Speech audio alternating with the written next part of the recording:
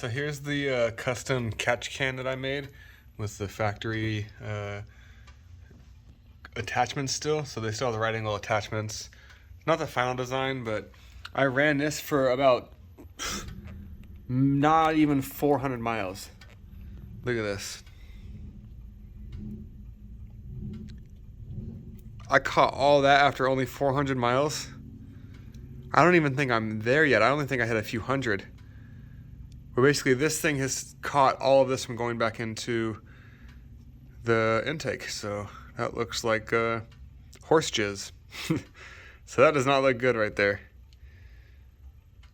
But happily it's catching there before it goes back into the engine. So pretty cool setup. I spent $23 on this catch can and $25 on this hose, and I reused the clips from the broken tube, heat fitted them on there, and got a solid little setup there. So that is a catch can idea for an Audi 4.2. If that helps you guys, I don't know what that, it's not even oil that I caught. I don't know what the fuck it is, but it's nasty. A few moments later. All right, I made it to Nevada. After 1,200 miles, we're gonna check the catch can that I created and see what it caught. I went through about a quart of oil in about 1,200 miles, but we were driving spirited, as you say. So that might be part of the issue there. And I noticed that the coolant level dropped a little bit, but I also just did all that work right beforehand, so I don't know if I just needed to add more anyways, or if that's, we're gonna fill it up and see what happens. So we're gonna remove this catch can and see what it's got up in there. All right, sorry for the weird angle. Don't have a cameraman. So you definitely want to check these before they get too full. Otherwise you're gonna suck all this into the engine. So let's see what we got.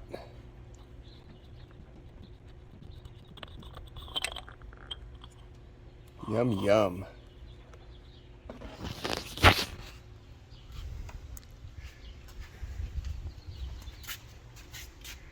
Look at that. So it's about half full. I'm gonna pour this in a clear container so we can see what it looks like. All right, so I got a Chick-fil-A cup here, and we're gonna see what this looks like. Oh yeah. So it stopped all that from being sucked back into my engine and caking up onto my valves, creating carbon deposits.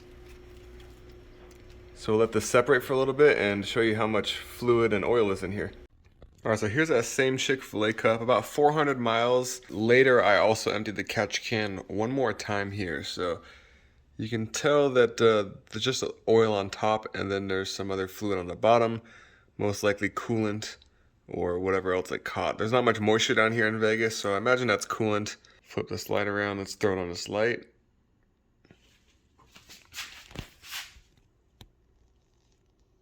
And yeah, so mostly liquid, watery stuff at the bottom, a little layer of film there, and then looks like all oil on top.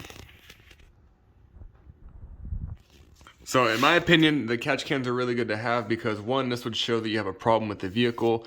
I imagine there's a problem with coolant leaks somewhere. The car is sold now, I don't have the vehicle anymore, but this is a good indicator showing as you have issues. So, and also keeping all that blow-by from going back onto your intake valves, even if there wasn't all this extra debris in there, that would be a big plus as well. So yeah, I would install a catch can again, especially on these direct injection engines. So yeah, this is just the results of mine. So drop a comment or let me know what you guys think below. Would you guys install one of these on your car? Do you guys have one? What are your guys' results? Check the mic and make sure it sound right, boys.